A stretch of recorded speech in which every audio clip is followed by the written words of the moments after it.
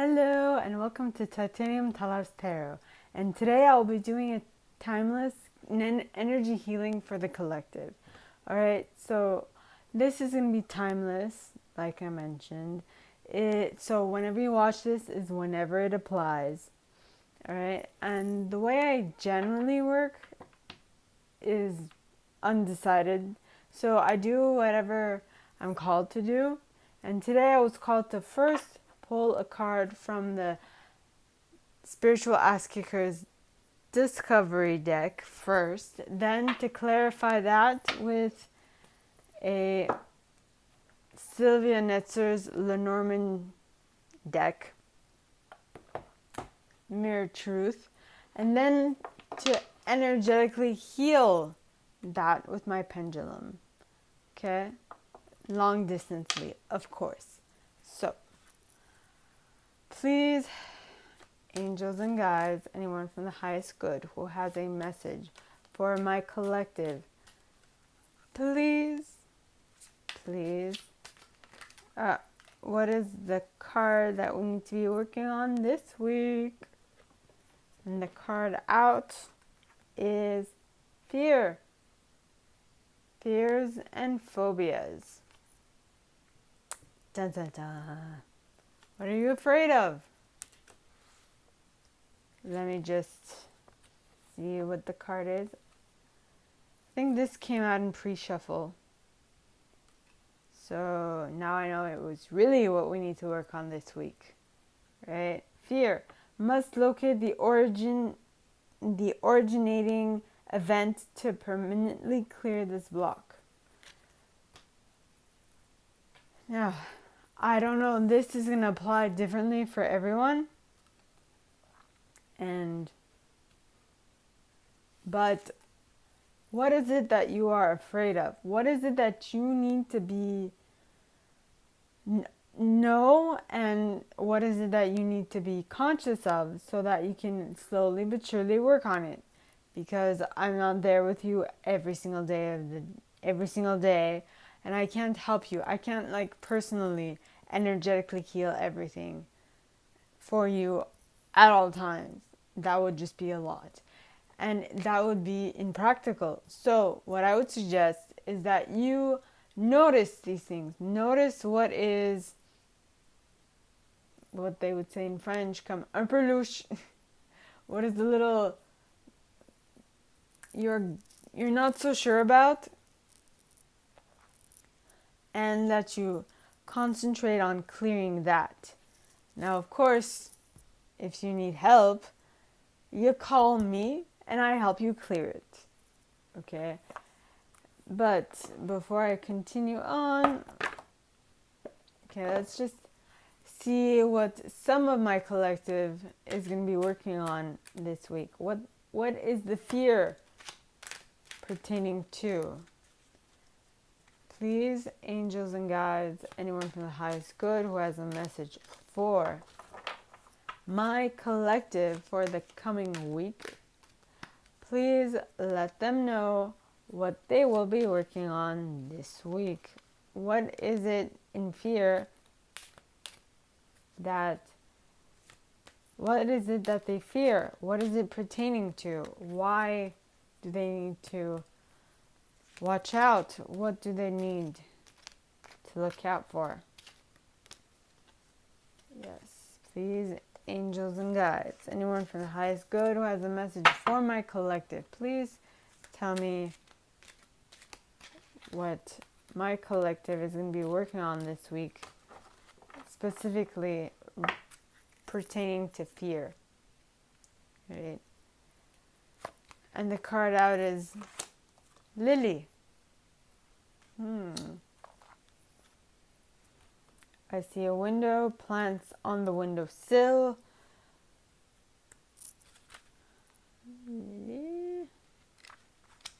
Lily. The basic meaning: harmony, sexuality, family, purity, and beautiful.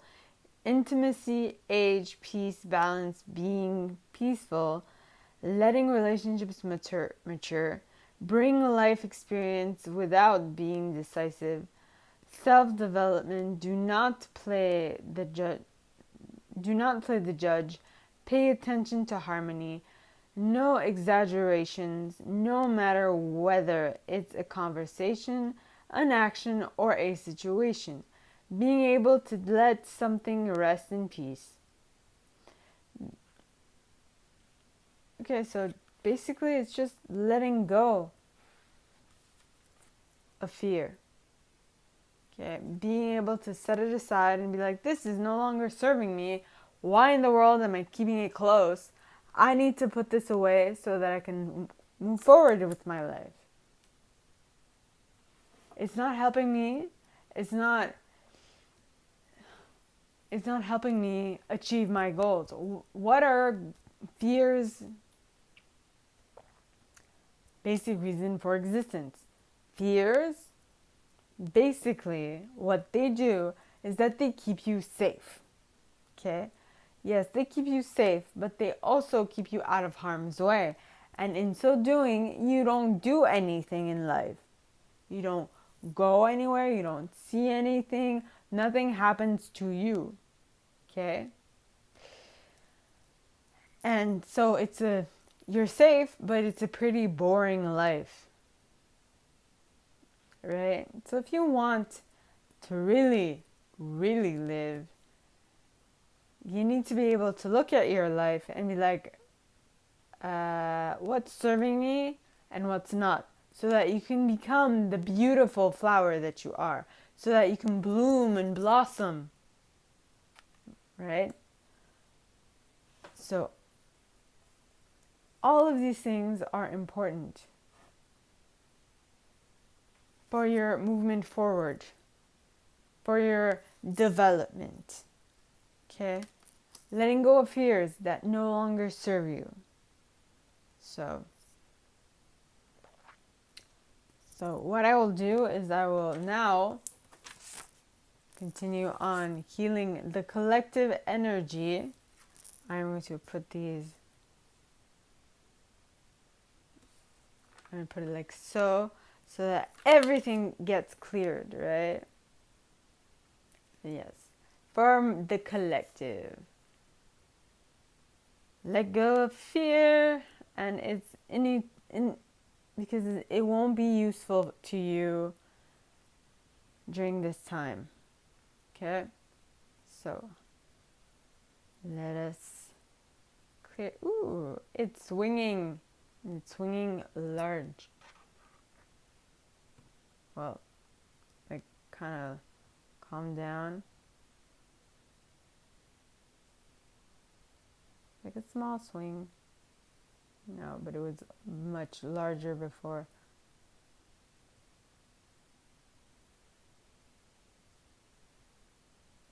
Yes. She's working. So it is really important to let go of fear, because fear is what is going to stop you from really being able to move forward in your life. What is it? Is it that new job you wanted to sign up for, that new group you wanted to join, the new social status that you want? Is it that awesome piece of clothing that you think is amazing, but other people will think that it's a little weird and won't really appreciate as much as you? What is it? Fear takes on many different forms. It could be insects, it could be food, eating a certain type of food. It could be situations, it could be actions, it could be fear of anything. Okay? I'm going to give you an example. There's a difference between a founded fear and an unfounded fear and stress. Okay? And just being all up in your mind. For example, once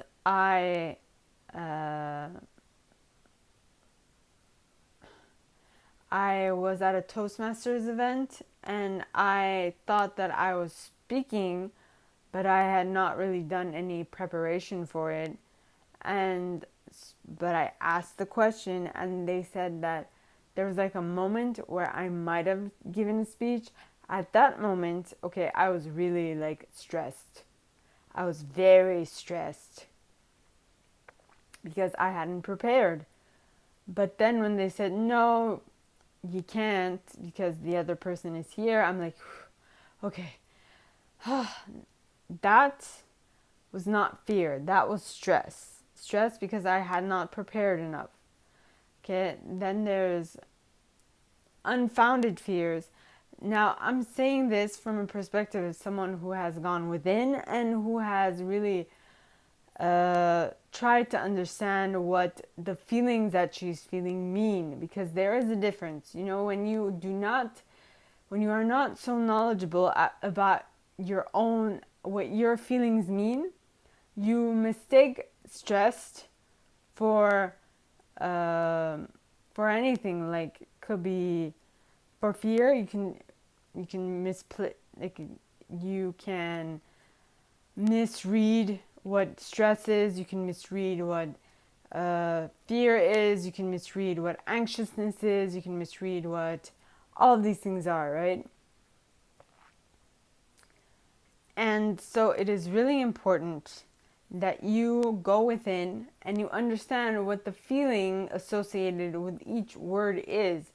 Is fear really what you think fear is? Or is fear just stress? Like a high level of stress? Because I found that for me, fear is nothing but a high level of stress that I don't feel comfortable being with. Okay? So when you are capable of clearly naming what it is you are experiencing at the moment, okay, everything becomes much better for you.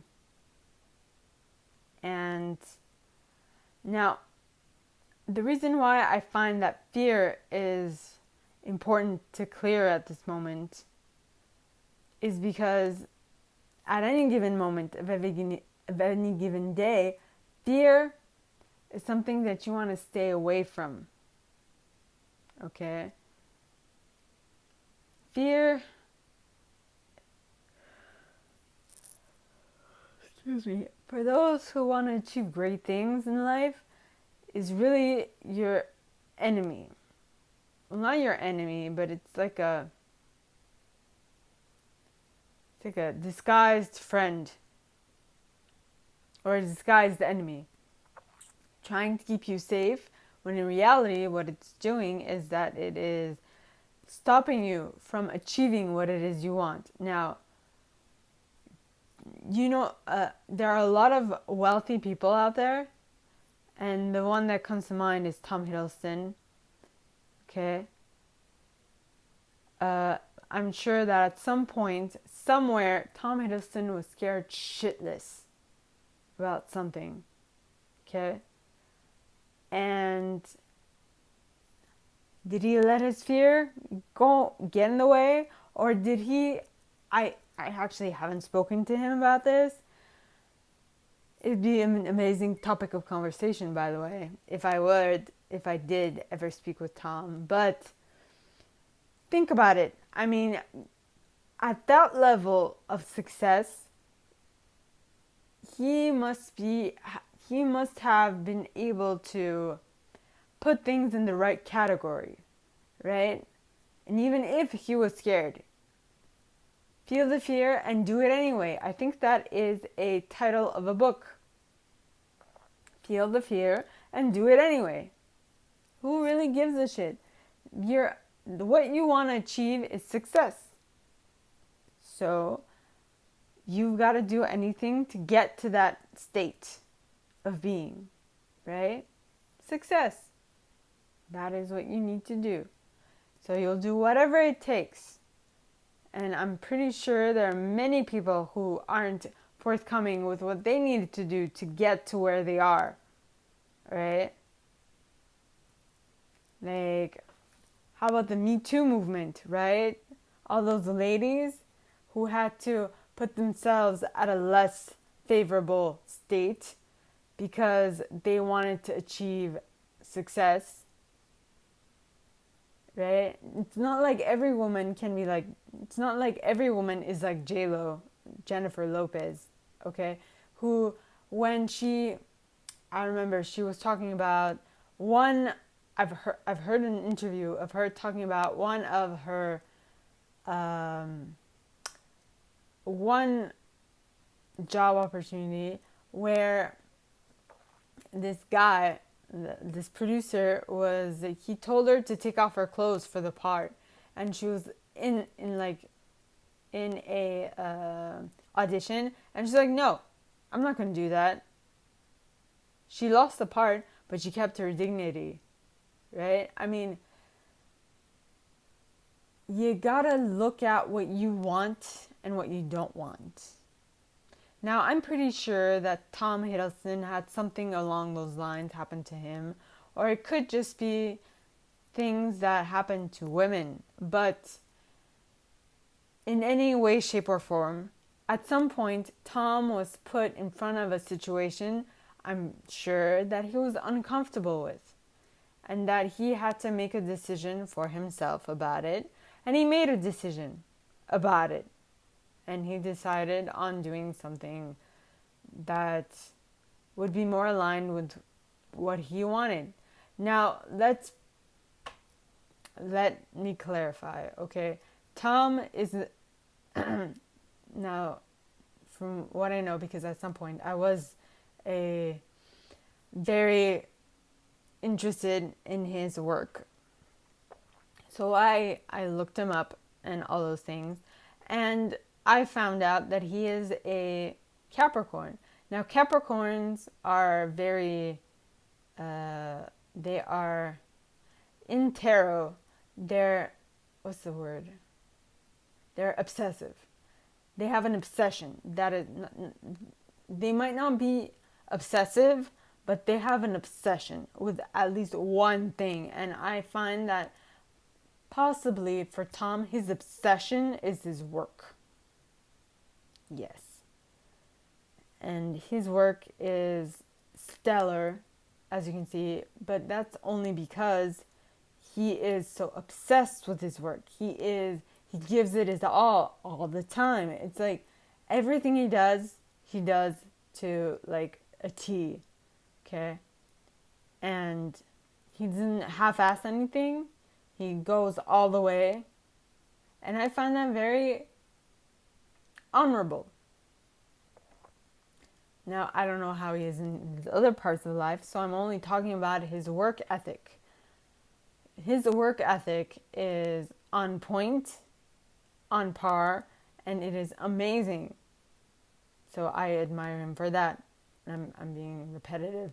But now, what is the one thing that you are obsessed about? And this is not the, like, I'm talking about this because when you are obsessed about something, you tend to forget your fears about it because you're so, like, drawn to it. And you are so infatuated by it that you're like, you don't know how to be scared. Because what you want is like really close, but you can only obtain it by being a certain way. So you will put aside anything else to achieve this one goal, right? In hopes that everything else just falls in line once you get that one, not role, but that one thing that you are obsessed about, right? And in reality, that is how you obtain anything, is by being obsessed about it. At this point, this is where law of attraction comes in handy, okay? You have to be obsessed with what it is you want. Obsessed, okay? And I know that some people take that the wrong way. When I say obsessed about the thing that you want, it doesn't necessarily mean that you think about it like all the time, only in one way. And that whenever something happens to make you go a different direction from what you thought you were going to do the first time around, it's not necessarily a bad thing. So the idea is that you are obsessed about the main thing that you want to create in your life. You are obsessed about that. You are obsessed about the end goal. But everything that precedes that end goal is mutable. You can change it. And that is a part of being obsessed about obtaining that goal. It doesn't matter how you obtain it. The only important thing is that you obtain it. Right? And of course, it also depends on if you are comfortable with yourself to obtain it. Because if you do all the work and you do obtain it, but you kind of lie to yourself in the midst of doing it, what's the use? So it's a fine line between losing it is a fine line between losing everything you want for this one thing or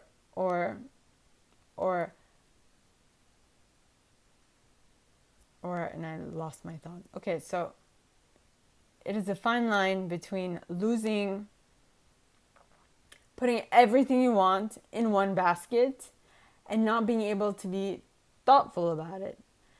And like, being thoughtful about it does not mean that you have to know every single step of the way.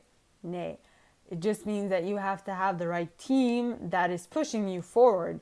So you are basically the head of the project. Think of it as a project. Think of your obsession as a project. All right? So you are the head of the project. And you are the main thinker. You have the whole idea in your mind. Okay? And this will change from time to time. But your end result has to stay the same. For example, let's say you want to start a farm. When you're a child, you want to start a farm, right? That's all you want. That's all you want. That's all you want.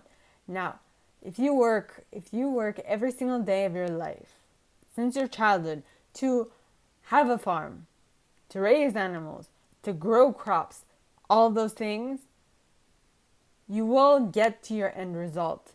But along the way, you will have to make some changes. Some things are going to change, right? Like where the plot is going to be, how you are going to cultivate it, how you're going to raise your animals, and all those things. It's going to change because your knowledge about it is going to change, and your perception about it is going to change, right? Because your perception changes depending on your age, depending on your life experience, and all of those things. So it's a little complicated now that I'm talking about it, but basically what you need to know is that you need to have a goal, like a big, as one of my coaches says, a big, hairy, audacious goal that you are working towards that stays the same your entire life. Okay? Then the sub goals to attain that goal will change. In order to obtain it, you need to change. For example, I've always had the big, hairy, audacious goal of being popular, because when I was a kid, I was unpopular. I was picked on, bullied, teased, all those stuff, right? All those fun stuff.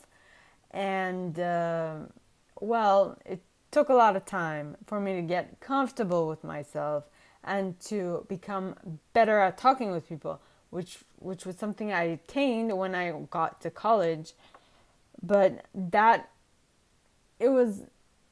I had not noticed that it wasn't real friendship from others. They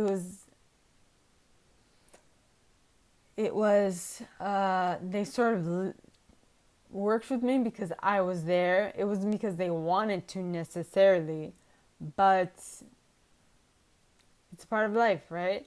And then when I got my accident, the second year of my college degree, and that I had to relearn how to be socially accepted and all that. It took another 4 or 5 years to finally really get a handle on it, right? To really understand that, okay, so I have all this. I have a personality which is kind of difficult to live with, not because I'm just awkward. I'm a little socially awkward. So people like me. They do, but they have a hard time hanging around me, and that's fine. It's fine. I don't really mind. Right? But it was the whole 3 years of my life, and until this day, okay? 3 years post accident till this day, okay? It's gonna be 11, which is about like 10 years, 10 years. I've been working on that, and I've been perfecting myself, and I've been working on becoming more socially friendly. Now, that's all good and fun, and I've gotten to a certain place, but now it's really finesse, okay? It's a finesse of where do you draw the line between you, your personality, and what is acceptable to others, and what is unacceptable to continue doing because it is like not fair for others, or it's not acceptable for others, and where do you want to draw the line, because at some point people are going to start walking all over you, right? Now, that is, all of this is related to fear and reaching your beauty. Because if you don't have a control on your fears, because for me, my fear at some point was social interactions. And I just feared them. I really did not like being in big crowds. But then I was like, you know what? Why am I going to feel bad? Because I have to learn something new. Because what happened was that after I was in a car accident, I had to relearn everything. Socially speaking, I had to relearn everything I didn't know, everything I had forgotten. And so I had to go from a beginner's mentality and start rebuilding my social capabilities. And at that point, I was very grateful. I was very blessed because I am now able to say I have not only corrected what I had done wrong before, what I didn't understand before my accident, but as well as adding more things to it. So I'm a better person now than I used to be before my accident, which is great because that was in a span of like 12 years. Wait, we're in 2020. My accident happened in 2008. So, yeah, 12 years this year. It's a lot. I'm a child now. Anyway, so this is everything that I have for you guys this week. If you like this, and if you would like me to energetically heal you specifically, please contact me at the email in the box below, where you will also find a little description of the video and my price. Okay, so with that being said, I wish you all a very good week, and I will see you next time.